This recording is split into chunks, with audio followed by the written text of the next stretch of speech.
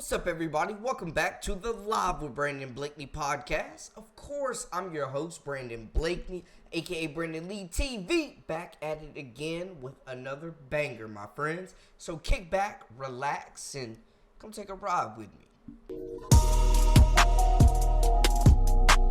You are now locked into the Live with Brandon Blakeney podcast. Here is your host, Brandon Blakeney.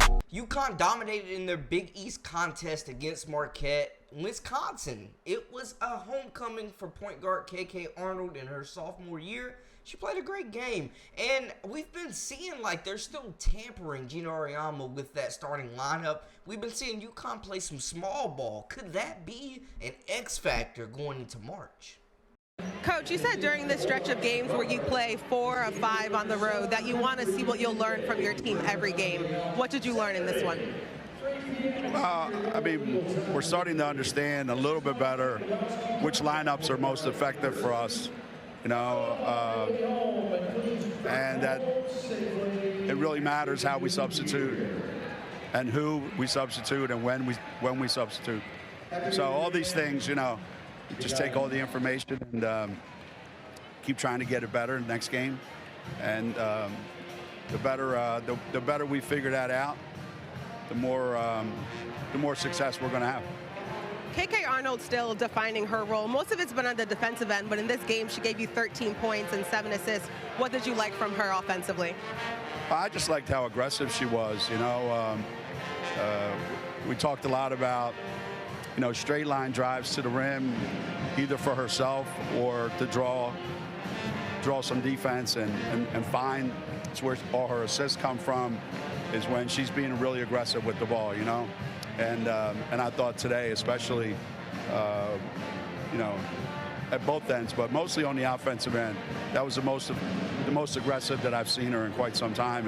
And I'm glad she did it up here. She had a lot of family and friends watching. All right, congrats, Coach. Thank you. Thank you. How did it feel to get this win in front of a home crowd, so to speak, for you? It felt good, and just knowing that, my old high school teammates and everybody, my old coaches, and just my whole family from Wisconsin came out to support, it felt good. You told me that Coach has been asking you to perform more offensively. You scored 13 points, 7 assists, getting your teammates involved. How did you feel out there offensively? I felt great, and I felt settled down, because usually I'm like tense and going one speed, but today I let the game come to me, and I let to drive and attack and see if I had closeouts or anything like that, just to read in the game as I should be. Yeah. Jana had a good game today, another start for her. What did you see from her as far as her progress? More of that aggressive mentality and the defensive side, just keeping her hands up, even though she got a little bit of foul trouble, but just being disciplined, and I'm seeing more of that from her, and I can't wait for these next other games to come along to just see the growth in her game. All right, congratulations. Thanks. Thank you, guys. Uconn picked up the win 77-45. They shot 41.8% from the field, 9 of 27 from 3, 33.3% behind the line as a team. They did go 100% from free throws at 12 of 12. They lost the rebounding battle. I mentioned that small ball. Is it going to be a string, or could they get exposed against bigger teams like we've seen in the past? They did lose the rebounding battle 41-33. Now, you love the way they were moving the basketball. 22 assists, 9 steals, and they forced 21 turnovers against Marquette, letting you know that ball pressure is still suffocating. Leading the squad was Sarah Strong. The freshman continues to just stuff the stat sheet in every contest. 15 points, 4 assists, 7 rebounds. She is the best big on this roster. She can handle it. She can shoot it. Finish through contact with either hand. Great hands. Runs the floor well, and an elite passer to boot. This was a breakout game for Janelle Alfie, who has really been a non-factor for like the last month for this squad. Some people thought that she could be the starting 5, the answer for this team in the paint, but it just has not all clicked yet. She did have a good game today, though, with 10 points, 1 assist, 4 rebounds, and we did hear KK Arnold giving Alfie some praise, man, just telling her to stick with it. Consistency, persistence, and effort are going to be key for her. Her size and just her raw ability, the physical tools that she possesses, could elevate this team in another stratosphere if they can unlock that untapped potential. She's still a very young player and hasn't played a lot of games at Uconn, so it's good to see her building her confidence. Paige Beckers, of course, the tip of the spear, 12 points, 1 assist, 4 rebounds. Pretty quiet game for her, pretty mid game from Paige Beckers. They didn't really need a whole lot from her in this contest, man. I mean, they won the damn thing by 32 points, so not going to harp on it too much. AZ Fudd, the return of AZ, it's good to see her back healthy. Uconn is becoming back healthy, man. We saw, like, if you look at it, a lot of players got minutes today. AZ Fudd had 8 points, 4 assists, 2 rebounds in 26 minutes of play. Looking a little bit healthier game by game. Caitlin Chin, the point guard, grad transfer, coach on the floor for this unit, has 7 points, 3 assists, 4 rebounds in 22 minutes of play.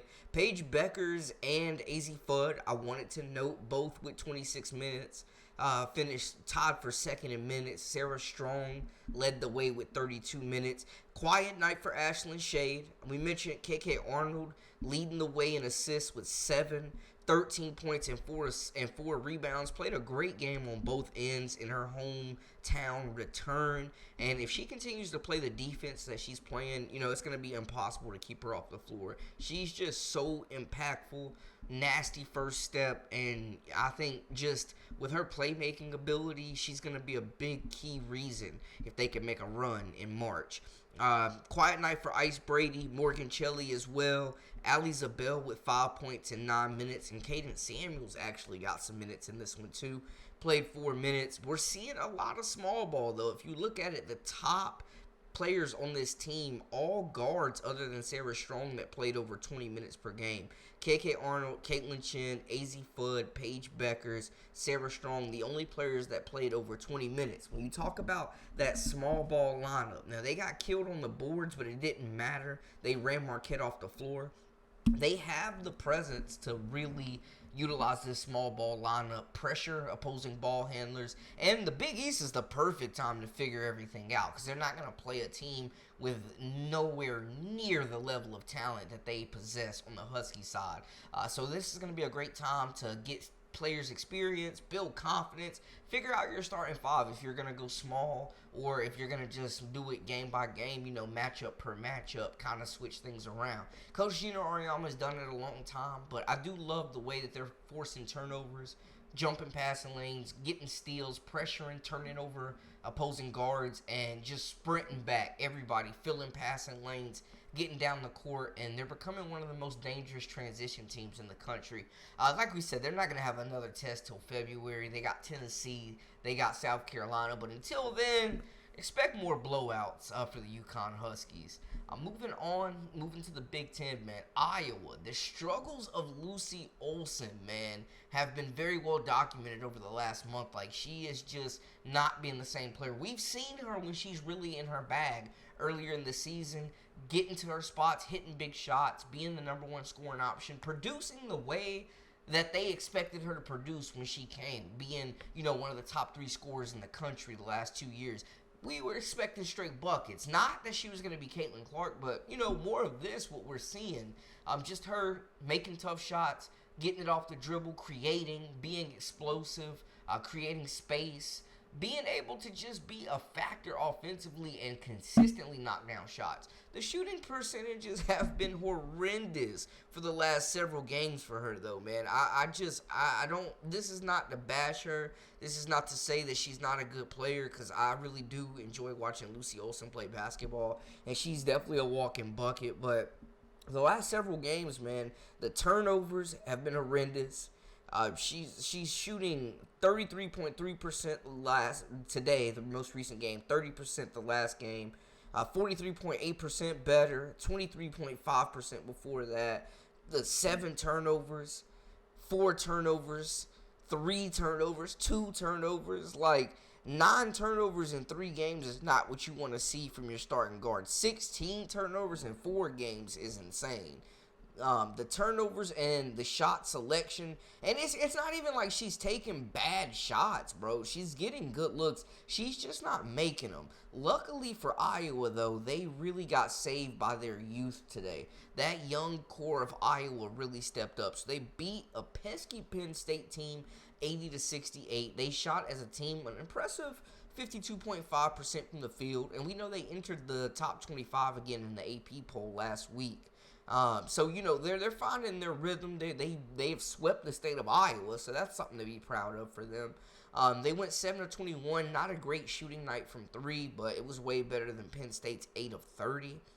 9 of 13 from the free throw line. They did get out-rebounded. The Hawkeyes did 35 to 33. Great ball movement as a team, though, as a unit with 24 assists. They're taking care of the basketball better.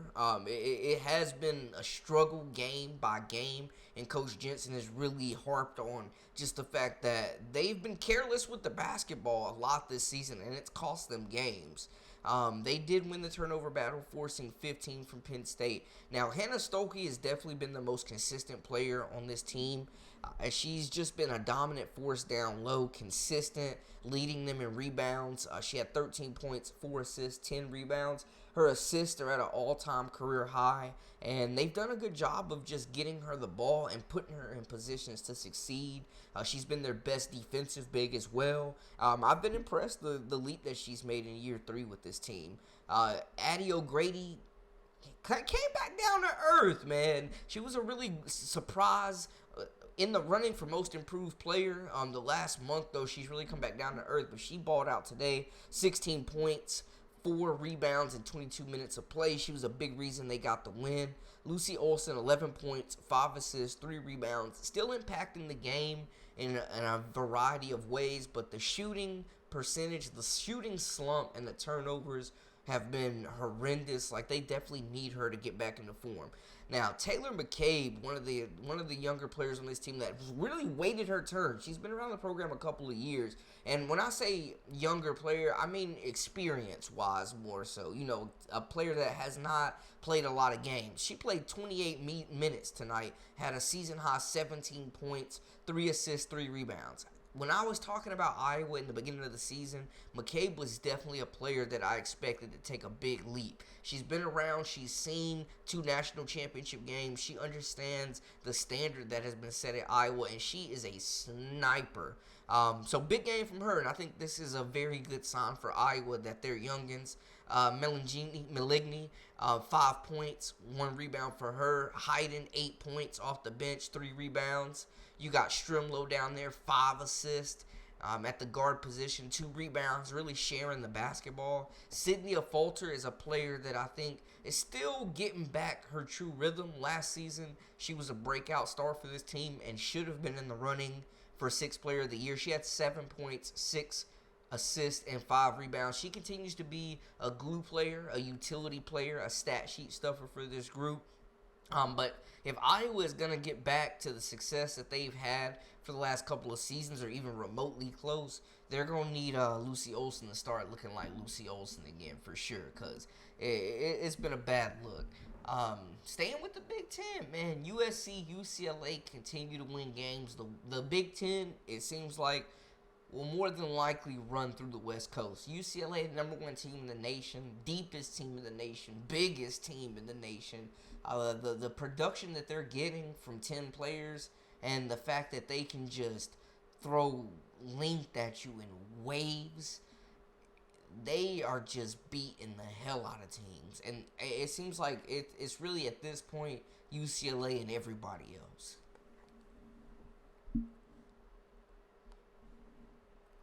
Now, they did beat a pesky Michigan squad led by Silas Swartz, the sensational freshman. They had a big lead for majority of the game, but Michigan did scrap back in this one. Shout out to the Wolverines. Cut it to 6 points and had, the number 1 team close to being on the ropes a couple of times. But they made big shot after big shot after big shot and closed this game out in style with their size and 3-point shooting. UCLA shot an impressive 55.6% from the field. As a team, they made 7 of 18 3-pointers compared to 5 of 19 for Michigan. 38.9% from the 3-point line is pretty impressive.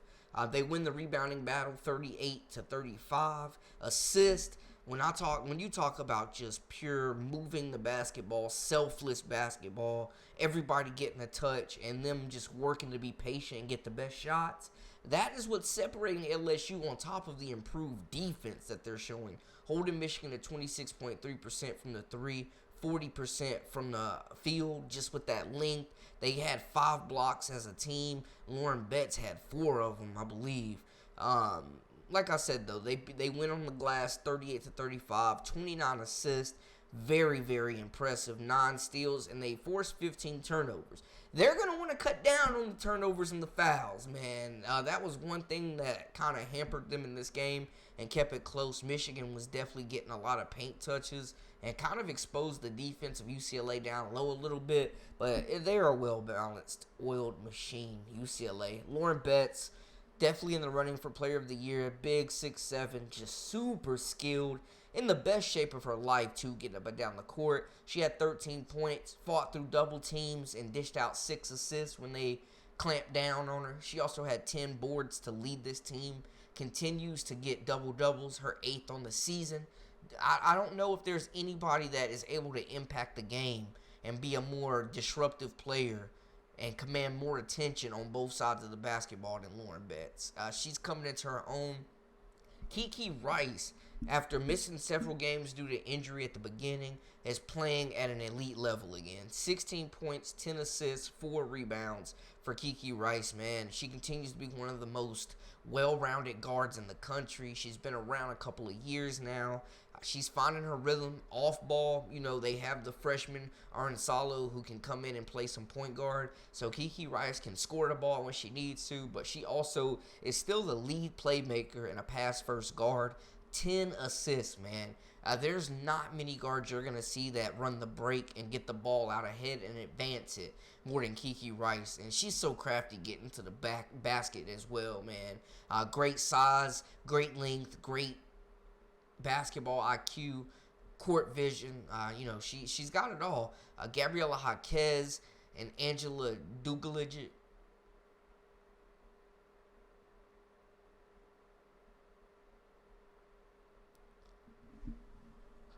Two other players, 6'3", 6'4", with length, that can play down low, that can guard the perimeter and match up on guards and cause all types of havocs.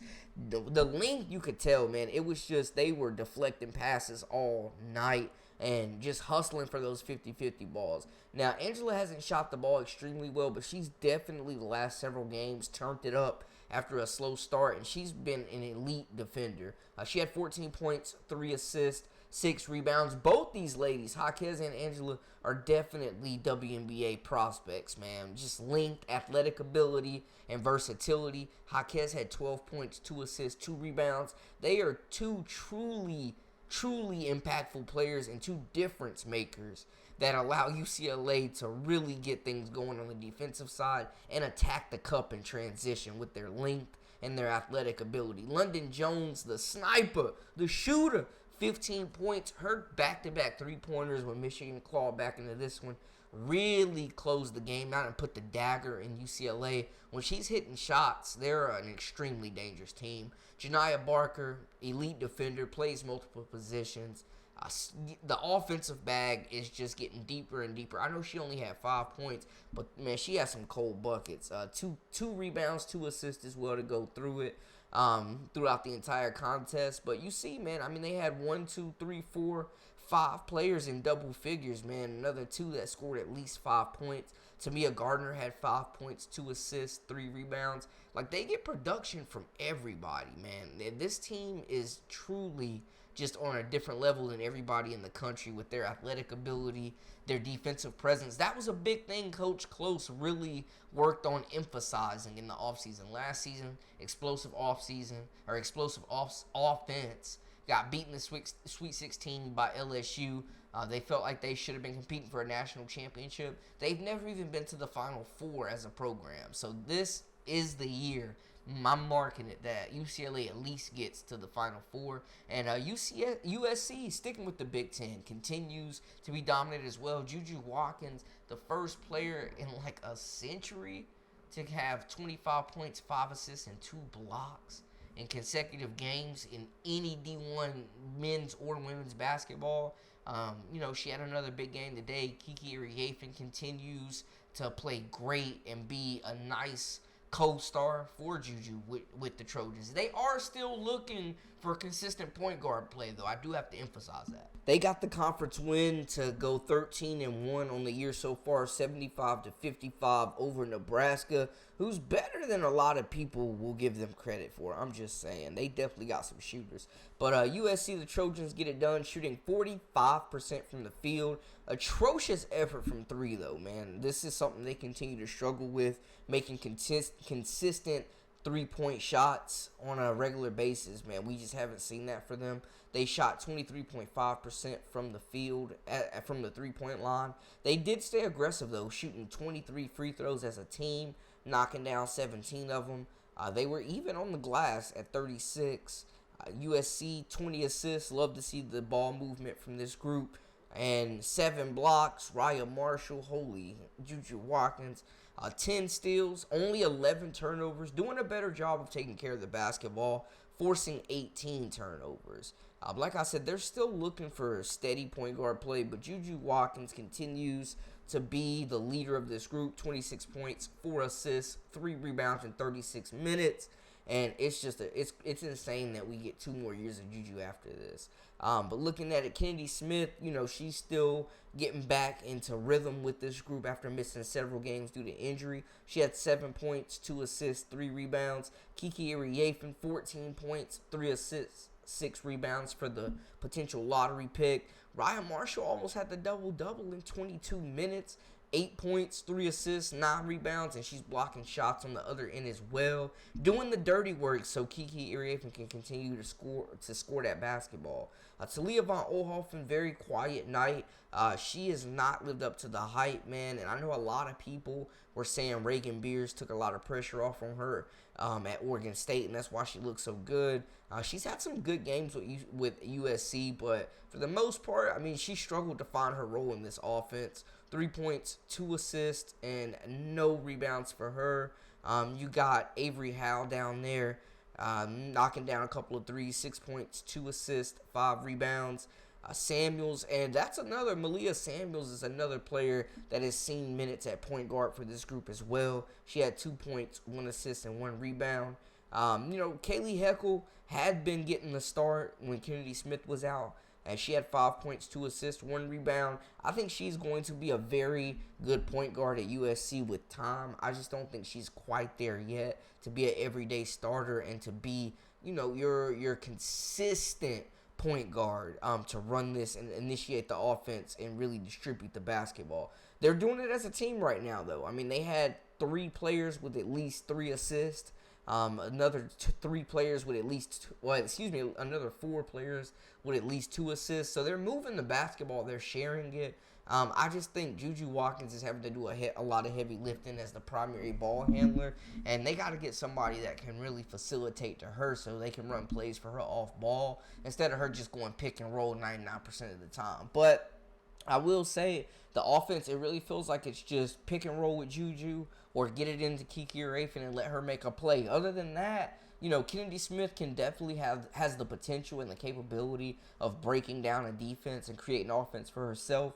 But other than that, there's not many offensive threats on this roster. They have shooters. They haven't been consistent. They do have capable 3-point shooters. But they're going to need to continue to find ways to take pressure off of Juju and get other players, to make these open shots that they're getting. Because it can't just always fall on Juju and Kiki Iriafen. We saw that with Uconn, and it didn't work out so well. We saw that with Notre Dame, and it didn't work out so well for the Trojans. So they got to continue, but I love what I saw. 20 assists is good. That's a good sign. They're doing it by committee. They're playmaking. They're sharing the basketball. They're playing unselfish. The offense isn't stagnant. So, got to give the Trojans some credit. I think they will figure it out, and they are definitely one of the most talented groups in the country. But that's a wrap for us, man. Y'all make sure to hit that subscribe button, comment, like, share, all that good stuff. Join our memberships. We got exclusive content coming daily, weekly, whenever you need it. Now, follow us on social media at Brandon Lee TV as well. Until next time, we out.